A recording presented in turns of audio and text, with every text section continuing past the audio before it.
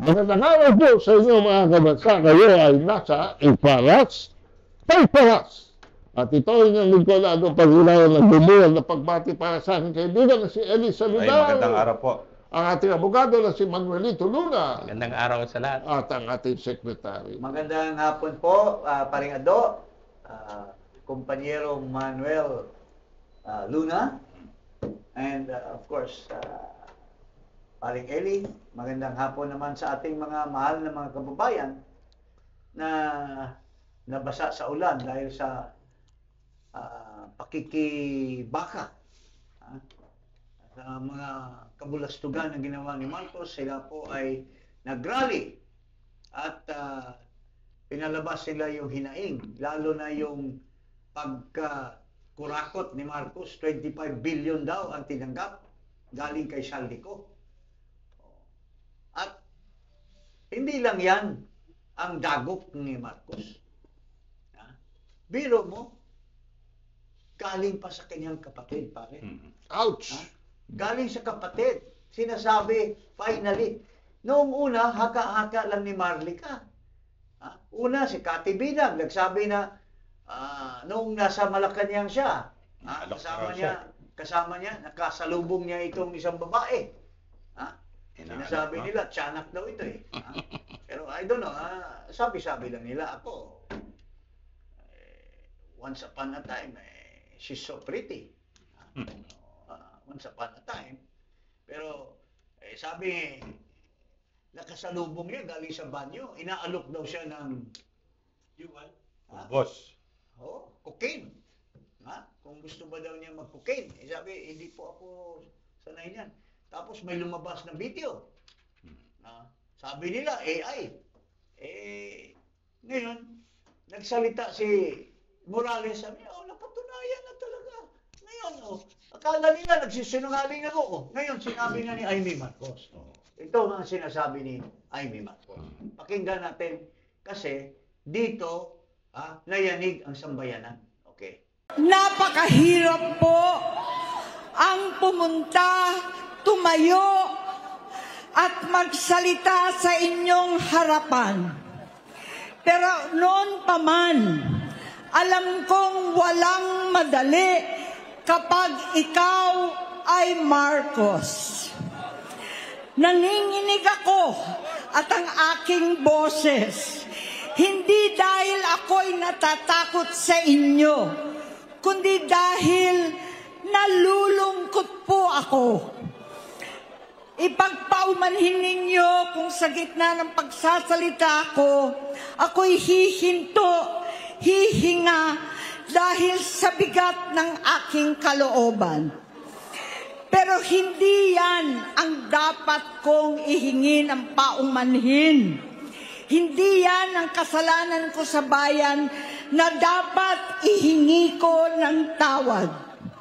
Narito po ako dahil sa tawag ng Iglesia ni Cristo para sa transparency, accountability at hustisya. At dahil sa tawag ng sarili kong konsensya, bilang senador, bilang kapatid, bilang Pilipino. Bata pa lamang kami ni Bongbong. Alam na ng buong pamilya ang problema sa kanya.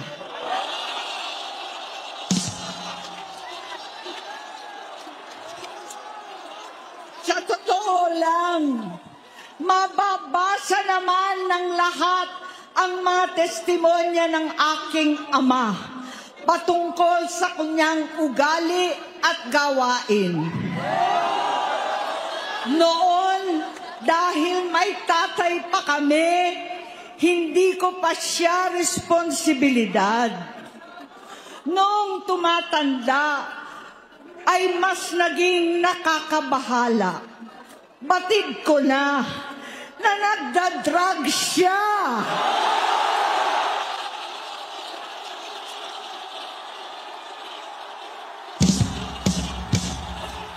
Naalaman ko ng pamilya. Nalaman ng pamilya, seryoso ito. Minsan, kami ng Presidential Guard at Metro Gompa ang naglilinis tuwing nagpa-party po sila.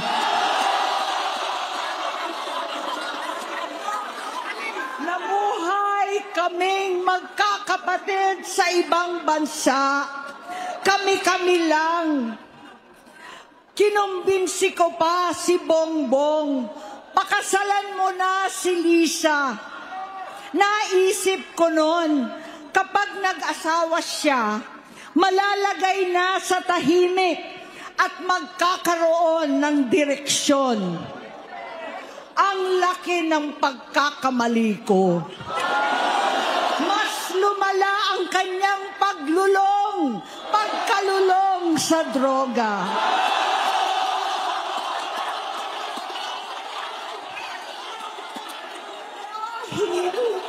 Parehas pala silang mag-asawa.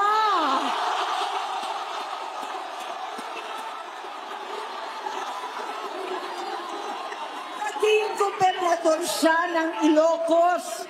Alam ng mga tao doon na halos hindi siya pumapasok. Tuwing kukumprontahin ko siya, ay nagsasabi siyang magbabago na siya, aalisin na niya ang bisyo. Hanggang sa may nagsumbong na naman sa akin na sa paggising pa lang sa umaga, kasabay ng almusal, marijuana pala.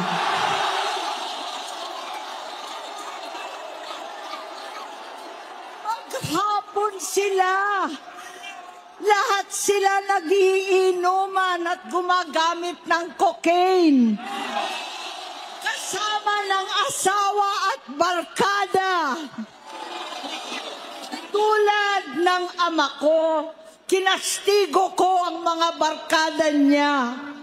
Ang nasirang si Bong Dasa, si Edvi Cruz, Inigo, Tony Boy, Sap Anton, alam po ninyo yan.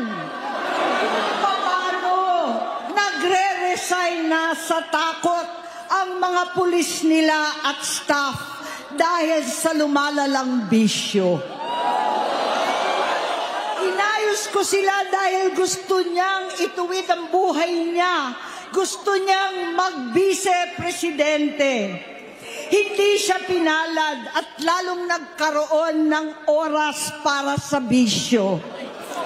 Simula noon, naging malabo sa amin ang lahat. Kaysa mag-away, bigla na lamang lumayo ang loob namin sa isa't isa. Noong 2016, kasabay ng kampanya ni dating Pangulong Duterte laban sa droga, lumabas ang pangalan ni Bongbong sa listahan. Nakasama siya sa listahan ng mga celebrities, mga artista, Maricel Soriano at iba pa. Masinsinan kong kinausap si Pangulong Rodi. Halos manikluhod ako. Sinabi kong ayon sa kapulisan, dapat unahin, usigin ang mga pusher at saka na lamang sagipin ang mga user. Naligtas si Bongbong. Labis ang takot ko at pag-aalala. Kinausap ko siya at nagsabi siyang talagang siya ay nagbabago na. Muli at lagi, hindi ako nawalan ng pag-asa. Ako'y naniwala ulit. Mula noon na natatanggap ko na lang na balita tungkol sa kapatid ko ay regular na pagpapadoktor. Kaya kumalma naman ako. Inisip ko, totoo, dahil naopera na ang tuhod niya sa gout. Siguro, totoo na ito. Hanggang nito, na lamang nalaman ko na tuloy ang paggamit niya sa mga party na garapalan naghahain ng droga. Pinagmamalaki pa ng mag-asawang kayang-kaya nila ang microdosing ng cocaine. Hati-hatiin daw para 4 na beses sa isang araw. Hindi mabibisto. Ang pampapadoktor, pinalabas nilang pag-stem cell. Nagpapalit daw ng dugo, nagpapa-blood transfusion. Kayang-kaya raw, hindi ko maintindihan ang pinagsasabi. Noong 2021, kahit papano, nagkikita kami at nagkakausap. Sumamba siya sa aking talagang hinintunan niya. Naniwala ako kasi sabi niya gusto niyang tumakbo. Ang sabi ko, tutulong ako sa abot ng aking makakaya. Ipinakilala ko si Bongbong kay Inday. Naging magkatandem sila. Pagkatapos noon ay biglang hindi na niya ako ulit kilala. Kahit si Inday, nagtataka. Bigla ako na itsapwera. Kahit ganon, nangampanya pa ako para sa kanya, kahit si Inday na lang ang aking nakakausap. Hindi ko alam bakit ako nakaban sa headquarters nila sa Mandaluyong. Hindi ko alam bakit walang nagre-report sa akin tungkol sa kampanya. Sa totoo lang, masakit mang aminin, nung dinidisqualify na siya, halos papaboran ko na sana dahil may nagsumbong sa akin mula sa kanyang campaign team na gumagamit na naman siya.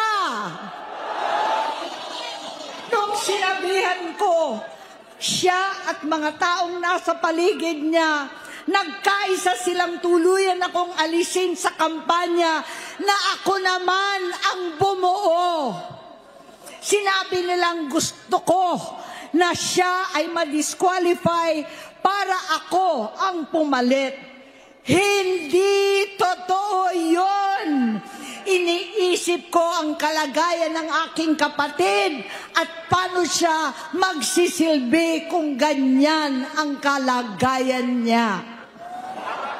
Pero pinaparating sa akin na hindi siya lulong. At minsan na lamang tuwing nagpa-party, hindi ko maipaliwanag bakit gusto kong maniwala at hindi mawalan ng pag-asa. Noong nanalo siya, naging pinakamalayo na kami sa isa't isa. Maliban sa opisyal na tagpuan at kapag pumupunta yung nanay namin, hindi ako sumama sa loob ng 3 taon dyan sa Malacanang. Dahil lantara na doon ang inuman, ang paggamit nila ng cocaine at mga bawal na gamot. Hindi ba ninyo nakikita, naririnig? Kakaiba na siya magsalita. Hindi na maintindihan kung ano-ano na ang sinasabi at wala na sa sarili. Nagtatago sa kabaitan niya ang pang-aabuso niya sa droga. At nagbunga na ito ng mga nakakapinsalang maling desisyon. Hinayaan niyang kumilos ang mga nakapalibot sa kanya. Yung mga umaastang presidente habang nilululong siya ng mga ito. Hindi na kami nagkausap. Sa harap ng publiko, pinipilit kong magmukha kaming maayos. Pero wala na kaming koneksyon. Hindi ko hinihiling na maunawaan ninyo ako, lahat kayo. Sa palagay ko, ang makakaunawa lamang sa akin ay ang mga pamilyang may pinagdaanan sa adiksyon, sa inom, sa sugal, sa alak, sa bisyo, higit sa lahat, sa droga. Pag hindi ko siya nakakasama, buong aking loob na ipasok sa institusyon, ipagamot, iparehab ko na yan. Pero tuwing maghaharap kami noon, hindi kaya ng aking kalooban na gawin yon. Tuwing magsasabi siya sa akin na magbabago na siya, hindi ko siya kayang tiisin. Hindi ko kayang ipagkait sa kanyang pagkakataon at pagbabakasakali, umaasa ako at laging nananalangin na sana, oo nga, nagbago na siya. Hanggang dumating ang 2024 at 2025, yung bisyo niya na ang dahilan ng pagbaha ng korupsyon, kawalang direksyon, at maling-maling mga desisyon. Walang accountability, wala nang hustisya. Hindi na niya alam ang nangyayari. Hindi na pinapaalam sa kanya ang mga pangyayari. Sinamantala ng mga ito ang paggamit niya ng droga. Kinangkam na nila ang kaban ng bayan, habang ang mga dating tumatawag sa amin ng magnanakaw ay nakakita ng pagkakataon sirain ang lahat. Nagagamit na nila si Bongbong para sirain si Inday. Itinutulak pa nila si Bongbong at ang bayan sa bangin para umastang tagapagligtas. Mula sa pagtraidor at pagpapahamak kay VP Inday, sa confidential funds na kung tutuusin ang galing naman sa opisina ng Pangulo, hanggang sa pagpadukot sa dating Pangulong Duterte para itapon na lamang sa ibang bansa. Ang kabaitan ni Bongbong ay naging kalupitan. Garapalan ng pagtatakip sa kanya ng mga nasa Congress, sa Senado, mga miyembro ng kabinete. Kitang-kita na ng taong bayan, wala nang puwang ang kahihiyan. Para bang nauulit ang bangungot ng kasaysayan dinamas namin noon. 68 years old po ang tatay ko nung pinatalsik sa pwesto. 68 years old na rin si Bongbong ngayon. November 17 din, noong 2021, nung nakumbinsi ko si Inday na magbise kay Bongbong. November 18 po, bukas, ang ikatlong araw natin.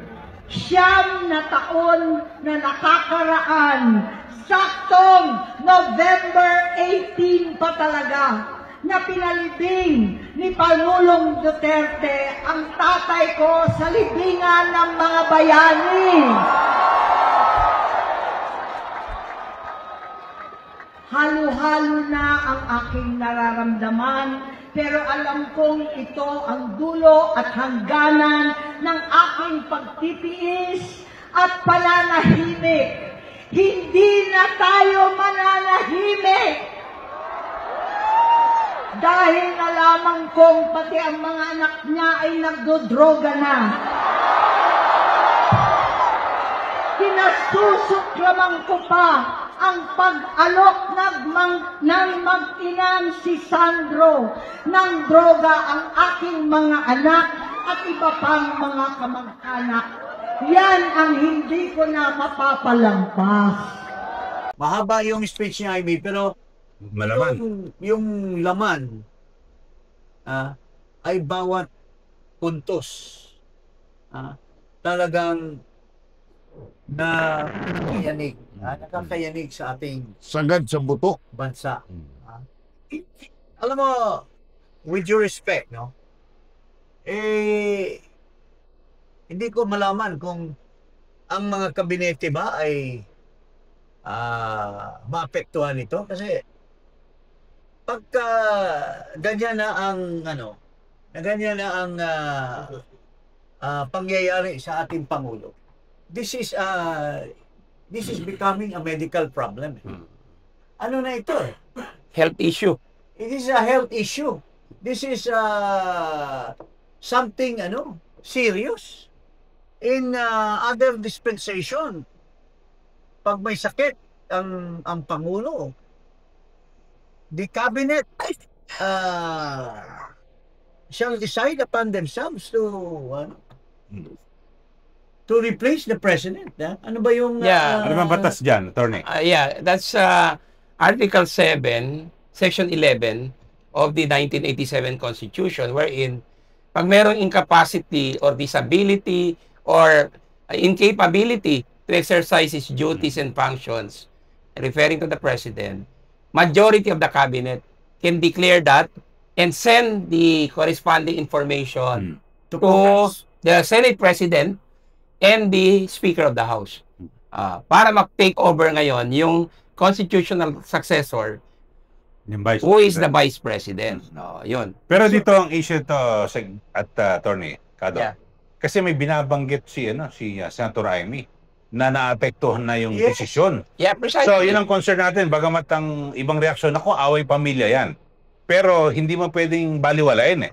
Dahil Naapektuhan Pangulo na. ng bansa, yung kanyang sinasabi na di umano nilulong sa droga. Yeah. At patungo na tayo sa sa bangin. Sinasabi niya. So, if the president is affected already by drug addiction, by the effect of the drug in his decision making, then we have to be so much worried that this country is going to the dogs. Yeah. Diba? Incapacity na yan, which is contemplated in Article 7, Section 11. By the way, I was there sa rally when Senator Amy declared that. And I was shocked. Na-shock ako, pati yung mga nandun, ang mga rallyista. I was at one of the rallies. I never expected na yung ating buting senadora, a sister of the president, will spill the beans on his brother. But I have no reason to doubt yung sincerity and truthfulness of the declaration of Senator Amy because she appeared to be very sincere, very emotional siya eh. And I could see the impression on her face. Andun ako sa harap eh, sa may stage area. So, At saka, grabe. with all those truthfulness, with all those candidness, kasi this is a family matter, and yet, it is also a matter for the nation. Yeah, Ay, correct. kailangan din malaman ng bansa.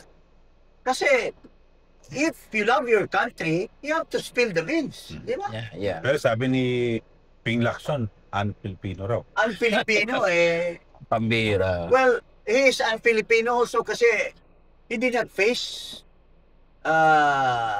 his accuser. He hide himself. Tumakas. Tumakas.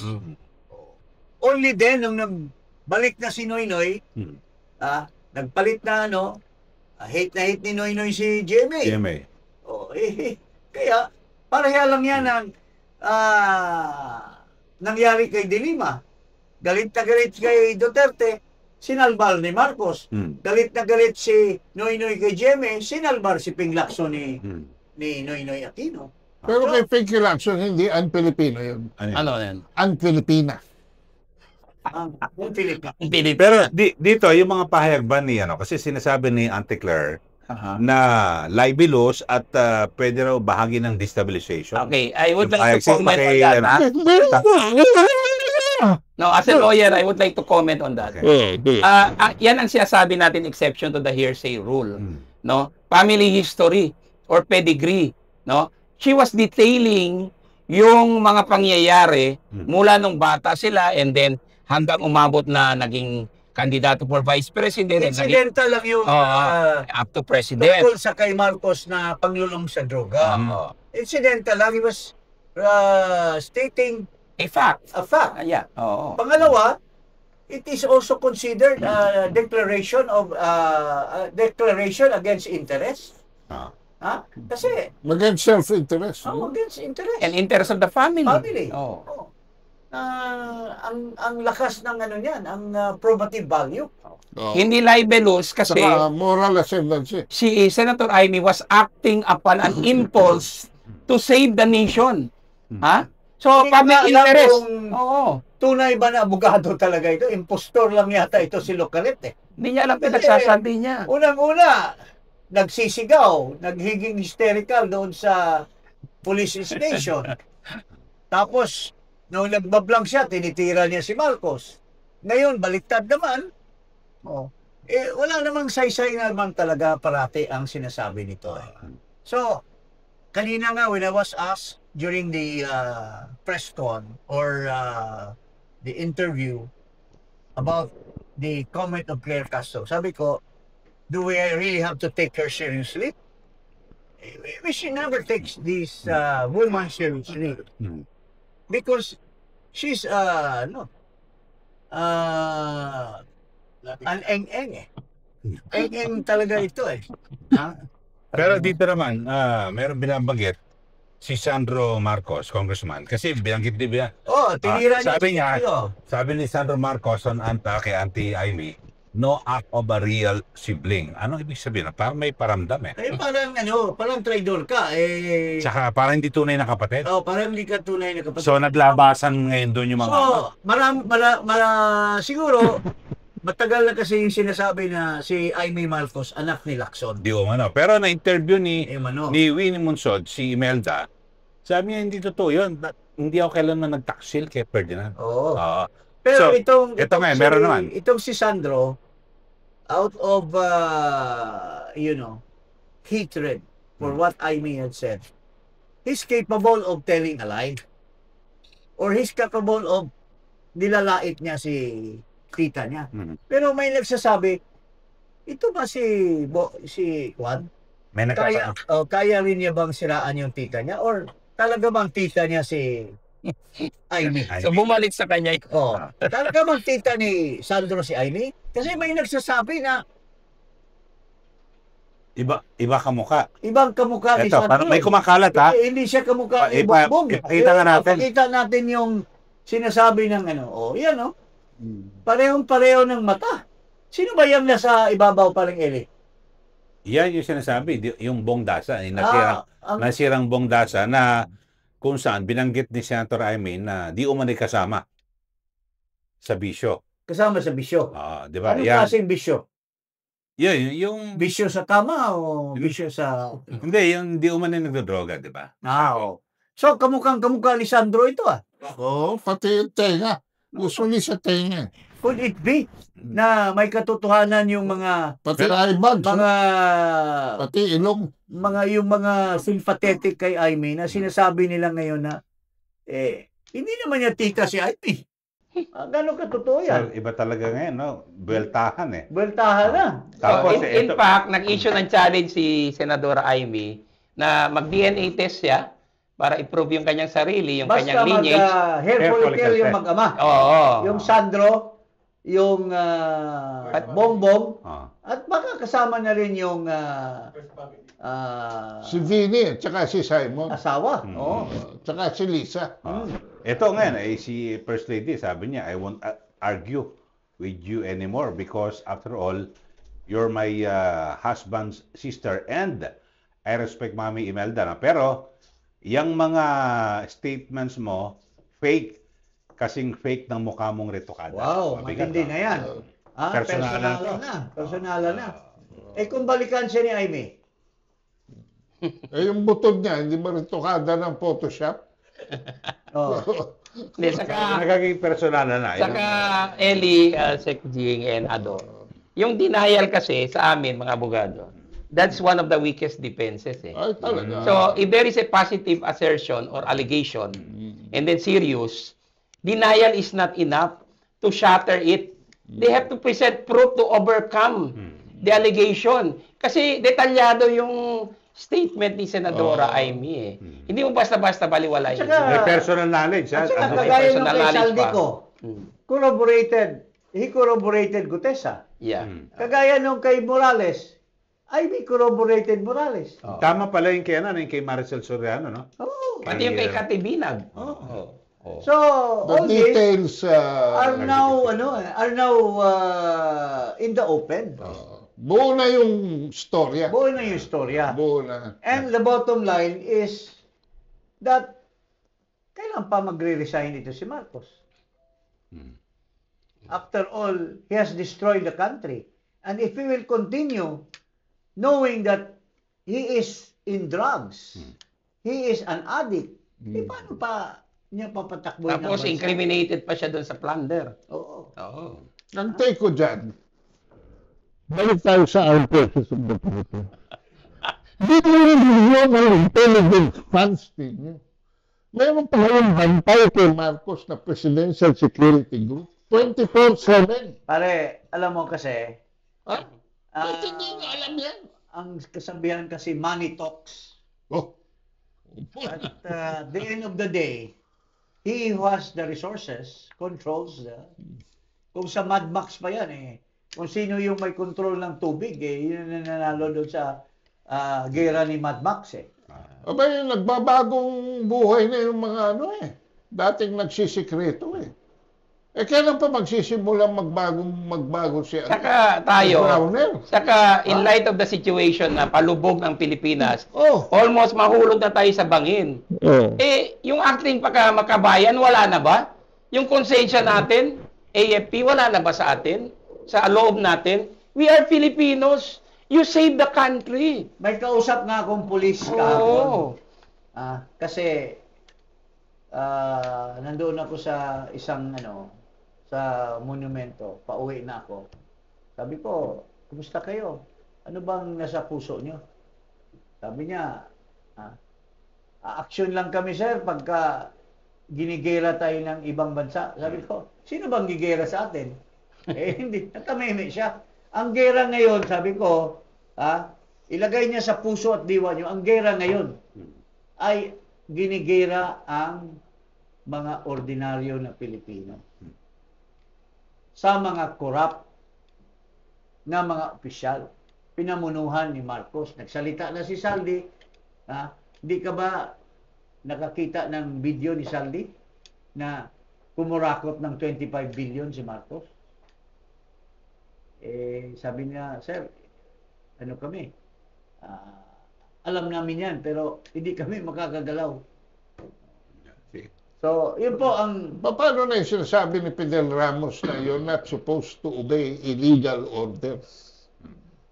At saka, Paano na ang konstitusyon natin? Paano na ang demokrasya natin? kaya nga tama yung sinabi ni General Esperon. Challenge to Bronner. Very relevant yun Yeah. Oo. Which side are you coming?